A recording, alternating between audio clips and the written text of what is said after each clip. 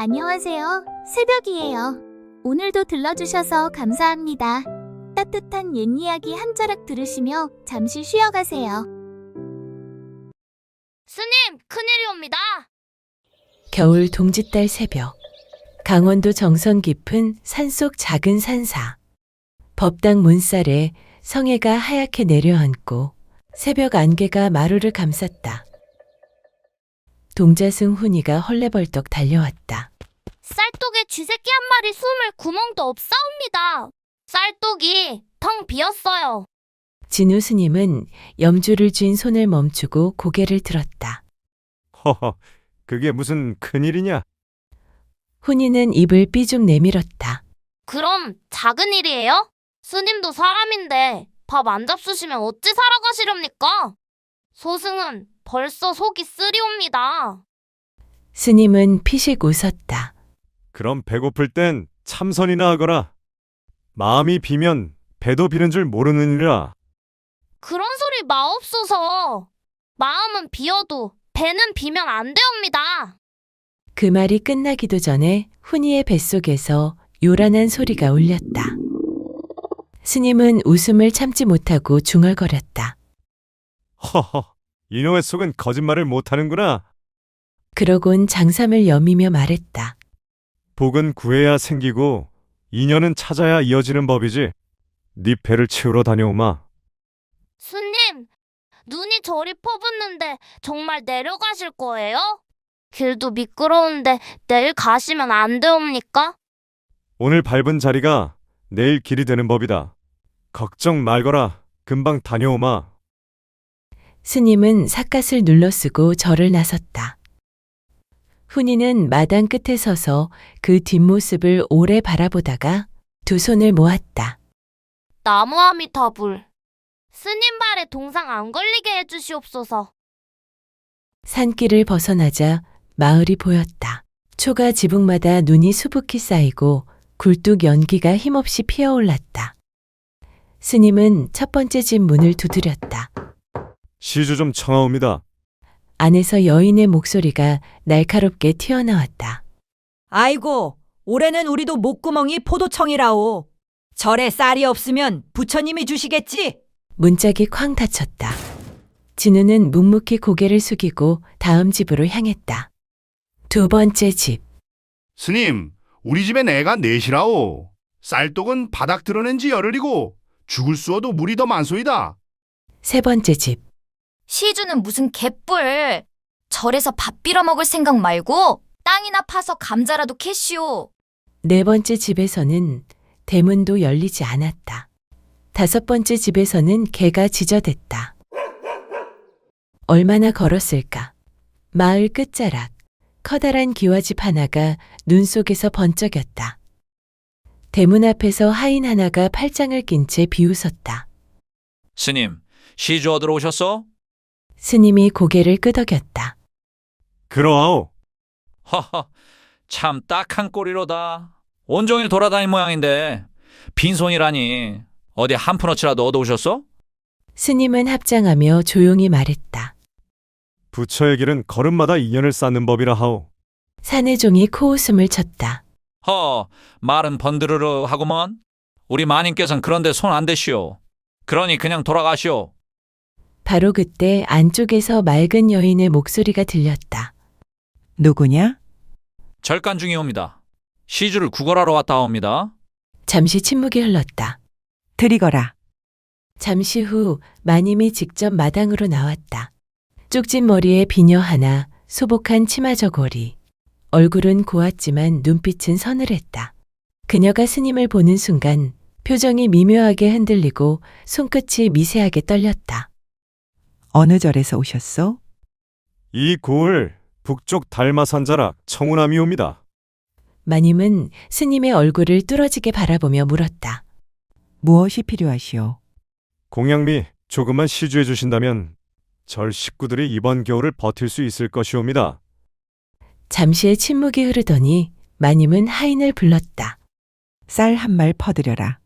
예? 마님, 한 말은 너무 많지 않사옵니? 한 말이라 하였다. 단호한 말에 하인은 마지못해 자루를 들고 나왔다. 그녀는 지게를 가져오게 하고는 부드럽지만 단정한 목소리로 말했다. 이걸 메고 가시죠. 눈길이 미끄러우니 조심하시고요. 하인이 지게에 쌀자루를 올렸다. 그 순간 스님은 고개를 숙이며 말했다. 큰 은혜 입었사옵니다. 부처님의 가피가 이 댁에 머무를 것이옵니다. 그녀는 아무 말 없이 고개를 숙였다. 돌아서며 그녀의 눈에 눈물이 살짝 고였다. 스님은 그 모습을 잠시 바라보다가 조용히 절을 했다. 눈송이가 그녀의 어깨 위로 소리 없이 내려앉았다. 그리고 스님은 다시 길을 걸었다. 쌀 한 말을 등에 진 진우 스님의 어깨가 점점 내려앉았다. 해는 서쪽으로 조금씩 기울고 눈발은 점점 굵어졌다. 아이고, 부처님, 이 짐만이라도 좀 가볍게 해주시지. 진우가 헉헉거리며 중얼거리는데 갑자기 바람을 가르는 날카로운 고함이 들려왔다. 이 못된 년이 또 물을 쏟았어! 순간 스님의 발이 멈췄다. 저 목소리엔 사람을 얼릴 만큼 차가운 기운이 섞여 있었다. 소리가 커다란 기와대문 안쪽에서 울려오자 진우는 살며시 담장 너머를 엿보았다. 마당 한가운데 젊은 여인이 무릎을 꿇고 있었다. 얼음물에 젖은 두 손은 새빨갛게 부어올라 있었고 그 앞엔 회초리를 든 마님이 독사처럼 서 있었다. 그 쓸모없는 손으로 뭘 안다고 빨래를 맡긴 거냐? 물 한 바가지를 엎질러서 천을 다 버려놨구나! 마님의 목소리는 겨울 강물보다 차가웠다. 여인의 떨리는 목소리가 겨우 새어나왔다. 마님, 용서하옵소서. 물이 너무 차서 손이 말을 듣지 않았사옵니다. 입만 살았구나! 손은 못 쓰면서! 마님이 회초리를 번쩍 들어올렸다. 바로 그때 그만하시지요. 스님이 기와대문을 밀치고 들어서며 단호히 외쳤다. 그 소리에 마님이 화들짝 몸을 돌렸다. 뭐야? 당신은? 중놈이 남의 집안일에 함부로 끼어드는 게냐? 진우는 천천히 합장했다. 부처님께서도 고통받는 일을 그냥 지나치진 않으셨을 겁니다. 부처님은 세상 물정을 모르시나 보지? 세상 일이 자비 한마디로 돌아간다면 이 세상에 굶는 사람은 왜 있겠소? 이년은 빚 대신 들어온 노비요. 왜? 그 빚을 중이 대신 갚아주기라도 알겠냐? 진우는 잠시 마님을 바라보다가 천천히 등에 지게를 내려놓았다. 그 위엔 방금 다른 집에서 시주받은 쌀 한 마리 얹혀 있었다. 제가 가진 건 이것뿐이요. 이 쌀 한 말로 빚을 갚겠소. 뭐라고? 스님의 말에 마님의 두 눈이 휘둥그레졌다. 허참, 노비값이 어찌 쌀 한 말에 된다는 말이오? 도둑놈 심보구먼. 스님은 조용히 고개를 숙였다. 허나 이것밖에 없소이다. 마님은 잠시 쌀자루를 노려보다가 씩 웃으며 말했다. 좋소, 데려가시오. 이 아이는 할 줄 아는 것도 없고 밥만 축내니 나도 골치가 아팠소. 쌀 한 마리면 그냥 거저주는 거요. 마님은 여인을 향해 손짓하며 비웃었다. 운 좋은 년이구만. 한겨울에 쌀 한 말값에 팔려가다니. 그 인연 과연 얼마나 갈는지 두고 보지. 그녀는 회초리를 툭 던지고는 발을 동동 구르며 안으로 들어가 버렸다. 스님은 얼어붙은 여인을 조심스레 일으켰다. 일어나시오. 춥겠소. 산은 좀 멀지만 올라가면 따뜻하오. 여인이 고개를 숙이며 떨리는 목소리로 말했다. 스님, 저는 죄 많은 몸이옵니다. 진우 스님은 눈 내리는 하늘을 한번 올려다보고는 빙그레 웃었다. 죄 많은 몸일수록 눈이 덮어주는 법이오. 여인은 작은 보따리 하나를 안고 스님을 따라 산길로 접어들었다. 한참을 오르던 진우는 문득 뒤를 돌아보았다. 여인은 얇은 옷 하나에 맨발이나 다름없는 너덜너덜한 집신을 신고 있었다. 발끝은 이미 새파랗게 얼어 있었다. 스님은 더 이상 참지 못하고 자신의 장삼을 벗어 그녀의 떨리는 어깨에 덮어주었다. 이거라도 입게. 이러다 정말 얼어 죽겠소. 스님은 어찌... 나야 걷다 보면 따뜻해질게요. 진우 스님은 또 자신의 두꺼운 버선을 벗어 그녀의 발에 신겨주었다. 이제 좀 낫겠소. 여인의 눈시울이 붉어졌다. 왠지 그 슬픈 눈빛이 낯설지가 않았다. 스님, 이런 은혜 어찌 있겠사옵니까? 저 같은 미천한 사람 때문에 귀한 쌀을 잃으셨으니 몸둘 바를 모르겠사옵니다. 은혜가 아니오. 추운 사람에겐 따뜻함을, 배고픈 사람에겐 한 줌 밥을. 그게 인연이오. 그리하여 두 사람은 눈 내리는 산길을 걸었다. 진우 스님이 빈지게를 다시 매자 그 위엔 이제 쌀 대신 새로운 인연이 실려 있었다. 눈은 계속 내렸지만 두 사람의 발걸음엔 묘하게도 따스함이 배어 있었다. 해는 이미 산 너머로 기울었다. 스님과 아리가 산길을 오를수록 눈발이 점점 굵어졌다. 희미한 등불 하나가 깜빡이는 곳, 바로 청운암이었다. 스님, 문 밖에서 동자승훈이가 펄쩍 뛰어나왔다. 왜 이제 오시옵니까? 스님, 해는 진작 졌고 바람은 칼같사온데 호랑이라도 만나셨으면 어쩌시려 했사옵니까? 스님 눈 덮인 어깨를 털며 빙그레 웃었다. 허허. 이런 날엔 호랑이도 제굴 속에서 이불 덮고 있겠지? 그 말씀이 농이시옵니까? 스님, 훈이가 볼멘 소리를 하다 말고 그제야 스님 뒤에 선 낯선 여인을 보고 입을 딱 벌렸다. 낡은 보따리를 품에 안은 여인의 머리끝에는 아직 눈송이가 녹지 않았다. 스님, 근데 저분은 누구시옵니까? 진우 스님이 숨을 고르고 차분히 대답했다. 오늘부터 우리와 함께 지내리일세. 이름은 아리라 하더구나. 훈이는 아리를 한참 바라보다가 문득 스님의 손을 살폈다.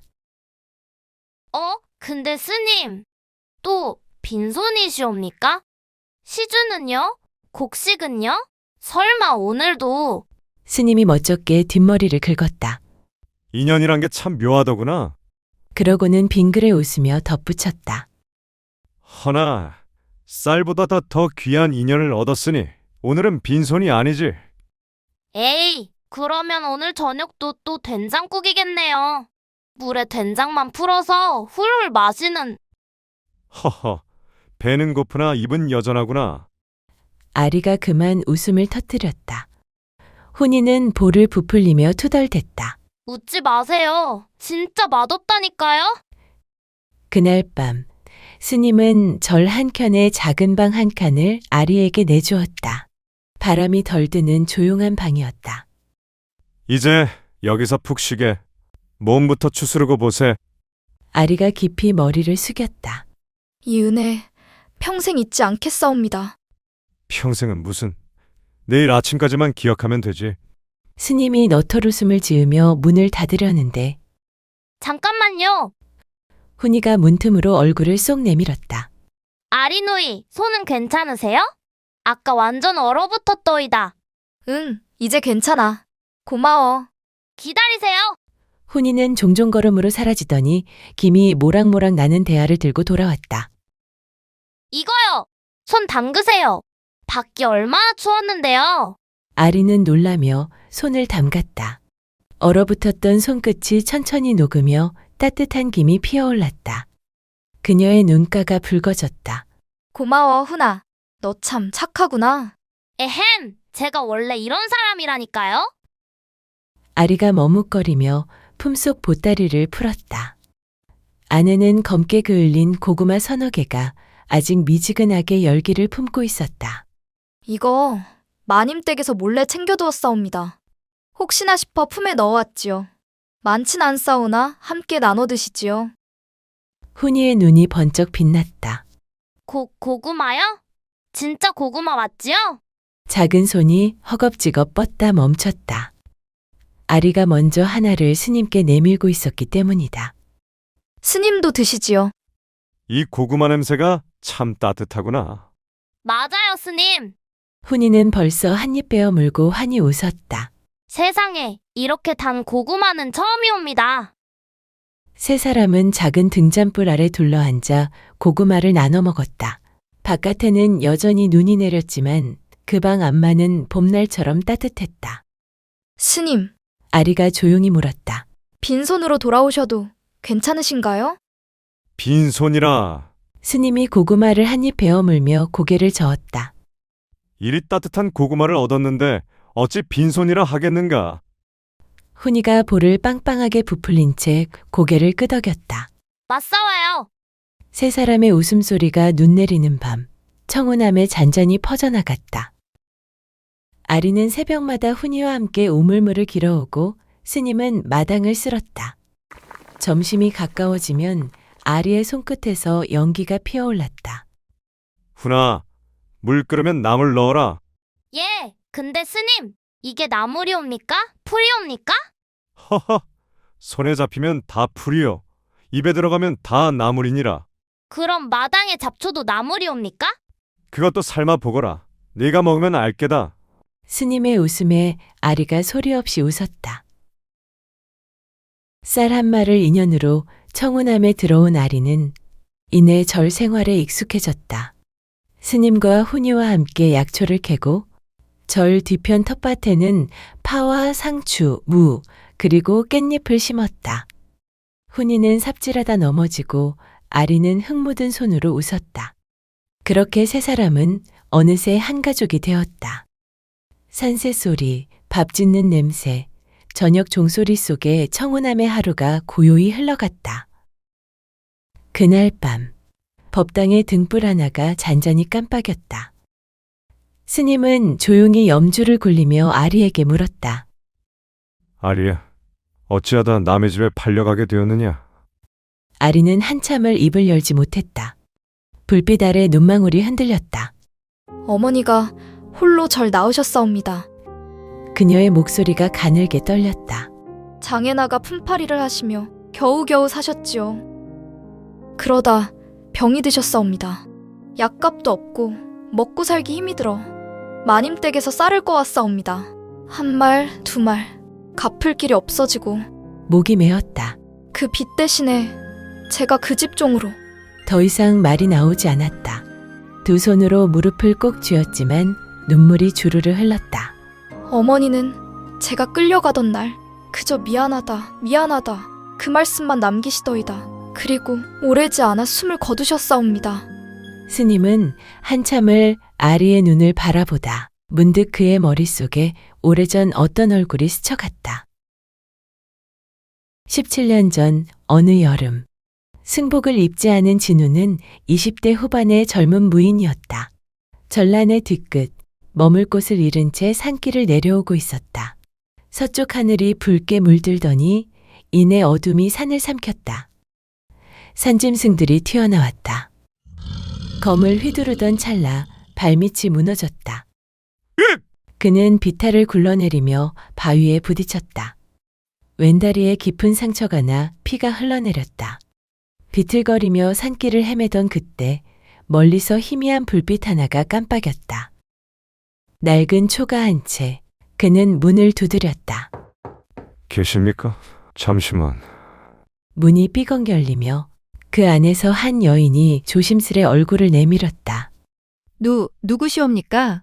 진우는 숨을 고르며 허리를 굽혔다. 지나가던 무인이요. 산짐승에게 습격을 받았소. 피 좀 먹게 해주시면. 여인은 잠시 망설이다가 문을 열어젖혔다. 어서 들어오시옵소서. 그녀는 바구니에서 헝겊과 약초를 꺼냈다. 진우가 낮은 숨을 몰아쉬었다. 민폐를 끼치는군요. 민폐는요, 사람이 죽게 생겼는데. 그녀의 따뜻한 손이 상처에 닿았다. 이건 약초를 짓지은 것이옵니다. 좀 쓰리실 거예요. 괜찮소. 그날 이후 그는 며칠 동안 초가에 머물렀다. 낮에는 마당에 장작을 패고 밤이면 여인이 다려주는 약차를 마시며 말없이 시간을 보냈다. 비가 내리던 날엔 두 사람이 처마 아래서 빗소리를 함께 들었다. 그날 저녁 호롱불이 잔잔히 흔들리는 방 안에서 명예가 조용히 입을 열었다. 제 남편은 전염병으로 떠났사옵니다. 혼인한 지 고작 한 해만이었죠. 그 뒤로 이 초가에 홀로 들어 살고 있사옵니다. 진우는 아무 말도 하지 못했다. 여인의 목소리가 떨렸다. 다시는 누군가를 들이기 두려워서 그저 이 산속에서 조용히 살다 가려 했지요. 진우는 망설이다가 그녀의 눈가에 맺힌 눈물을 닦아주었다. 그날 밤 등불은 천천히 꺼졌고 두 사람의 조용한 숨결만이 어둠 속을 채웠다. 안개가 자욱한 이튿날 새벽, 진우는 문 앞에 섰다. 이 은혜 잊지 않겠소. 그 한마디만 남긴 채 그는 뒤도 돌아보지 않고 숲속으로 사라졌다. 그로부터 얼마 뒤 전장. 피와 연기, 불타는 마을, 사람이 사람을 베는 소리. 그는 힘없이 검을 땅에 떨어뜨렸다. 내 손으로는 더는 아무도 다치게 할 수 없구나. 그날 이후 진우는 군영을 떠났다. 검을 내려놓고 머리를 깎았다. 속세의 인연을 버리고 산속 절로 들어가 그는 그렇게 스님 진우가 되었다. 그날 밤 회상을 마친 스님은 법당의 등불 아래 앉은 아리를 가만히 바라보았다. 자꾸만 옛 여인 명예의 얼굴이 겹쳐졌다. 진우는 조용히 눈을 감았다. 이 어리석은 마음아, 아직도 미련을 놓지 못하느냐? 그의 손에 쥔 염주가 천천히 굴러갔다. 얼마 뒤 깊은 산속 산사에도 따스한 봄볕이 내려앉았다. 눈 녹은 처마 끝에는 새싹이 돋고 산새 소리가 고요한 절집을 깨웠다. 그때 멀리서 곱게 차려입은 여인이 천천히 걸어오고 있었다. 그녀는 다름 아닌 지난 겨울 쌀 한 마를 시주했던 마님이었다. 아니, 마님께서 이런 첩첩산중까지 어인 일이시옵니까? 마님이 고운 미소를 지었다. 별일 아니오. 그저 눈 오던 날의 스님 얼굴이 자꾸 떠올라서 말이오. 봄 기운이 드니 괜스레 발길이 이리로 향하였나이다. 진우가 합장하며 고개를 숙였다. 이 험한 산길을 어찌 올라오셨는지요? 늙은 몸도 봄볕을 받으니 젊어지는 것 같구려. 마님이 웃으며 주변을 둘러보았다. 그때 절 뒤편에서 아리가 채소 바구니를 안고 나왔다. 스님, 공양 준비가 다 되었사옵니다. 그래, 아리야, 수고 많았구나. 스님이 이름을 부르는 순간 그 목소리에 마님의 웃음이 멎었다. 그리고 가까이 다가오는 아리의 얼굴을 본 찰나 잠깐, 너는? 아리가 당황스레 고개를 들었다. 예? 저를 아시옵니까? 마님은 믿을 수 없다는 듯 다가섰다. 네 왼팔을 좀 보여주겠니? 아리가 영문을 몰라 하면서도 조심스레 소매를 걷었다. 하얀 팔목 안쪽에 붉은 반점 하나가 선명히 드러났다. 아! 마님이 신음을 내지르며 그 자리에 주저앉았다. 아니, 이 반점은. 아니야, 틀림없어. 내 동생 명예의 딸이 분명해. 진우 스님이 놀라 다가왔다. 마님, 진정하시옵소서. 대체 무슨 말씀이시옵니까? 마님은 흐느끼며 아리의 손을 꼭 잡았다. 스님, 이 아이의 어미가 바로 제 친동생이옵니다. 아리의 얼굴이 새하얗게 질렸다. 손에 쥔 바구니가 바닥에 떨어지며 푸른 채소가 바람에 흩어졌다. 마님, 지금 무슨 말씀을... 진우 스님도 두 눈이 휘둥그레지며 말했다. 마님, 그게 대체... 마님이 깊은 한숨을 내쉬며 그 자리에 주저앉았다. 아리는 태어날 때부터 팔에 붉은 큰 반점이 있었소. 그 반점을 보는 순간 가슴이 철렁하더이다. 얼굴도 그렇소. 어릴 적 우리 명예를 꼭 빼닮았구나 싶었지요. 어릴 때 본 그 얼굴 그대로이옵니다. 앉으시오, 스님. 이야기가 좀 길 것 같소.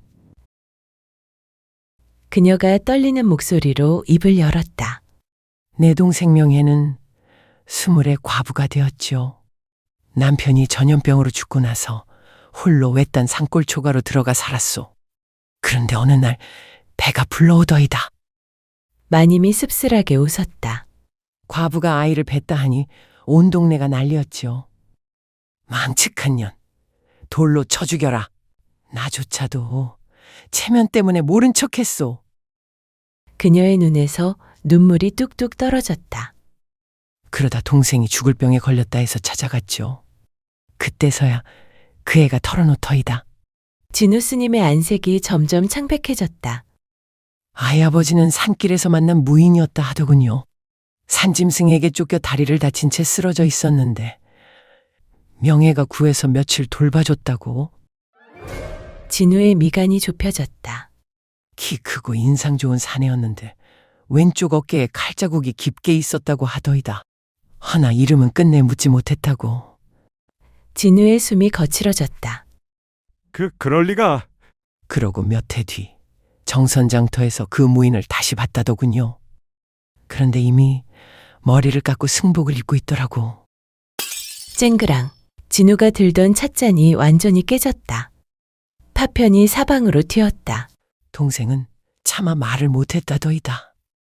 속세를 떠난 스님께 어찌 아이가 있다고 하겠냐며. 마님이 한숨을 쉬었다. 그 뒤로 병이 깊어져 결국 홀로 숨을 거두었지요. 뒤늦게 들었사옵니다. 아이는 빚 대신 여종으로 팔려갔다 하더이다. 법당안이 죽은 듯 고요해졌다. 진우가 떨리는 목소리로 물었다. 마님, 혹시 그 동생분이 홍미산자락 오동나무 세 그루가 서 있는 외딴 집에 사셨습니까? 마님이 깜짝 놀라 눈을 크게 떴다. 어나 그걸 어찌. 아쏘, 바로 그 집이었소.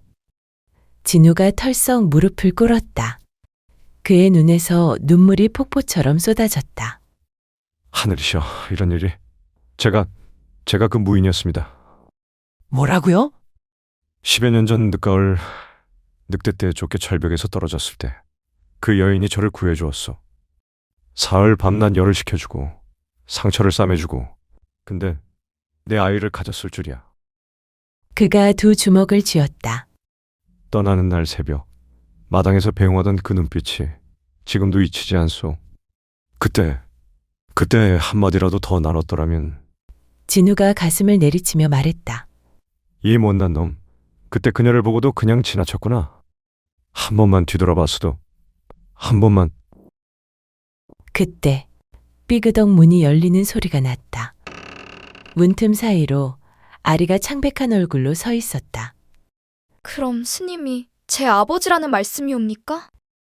진우가 고개를 들었다. 부녀의 눈이 마주치자 아리가 비틀거리며 다가왔다. 그럼 정말 제 아버지이시옵니까? 지금껏 그리도 절 아껴주신 게 그런 이유였습니까? 쌀한 말로 절 구해주신 것도 다 인연이었사옵니까? 진우가 떨리는 손을 뻗었다. 아리야, 아버지! 아리가 진우의 품에 뛰어들었다. 마님이 훌쩍이며 말했다. 쌀 한 마리 이런 인연을 만들 줄이야. 하늘도 참 잔인하면서도 자비롭구나. 진우가 아리를 꼭 껴안으며 속삭였다. 미안하다 내 딸아. 이렇게라도 다시 만나게 될 줄이야. 봄바람이 법당 안으로 들어왔다. 그때 문 밖에서 고사리 같은 목소리가 들려왔다. 스님, 밥은 언제 드세요? 공양밥 다 식겠사옵니다요. 훈이가 뾰로통한 얼굴로 문을 밀고 들어왔다. 그러다 눈물 범벅이 된 세 사람을 보고 멈칫했다. 스님, 다들 왜 우시옵니까? 소승이 뭘 잘못했사온지. 그러다 스님이 눈가를 훔치며 피식 웃었다. 아리도 눈물 사이로 웃음을 터뜨렸다. 훈이가 머리를 긁적였다. 그래도 밥은 먹고 울어야지요. 안 그럼 된장국 식어요. 세 사람이 동시에 웃음을 터뜨렸다. 웃음이 법당 가득 번졌다. 그날 청운함에는 눈물보다 따뜻한 웃음이 피어올랐다. 쌀 한 말의 인연은 그렇게 눈물과 미소로 완성되었다.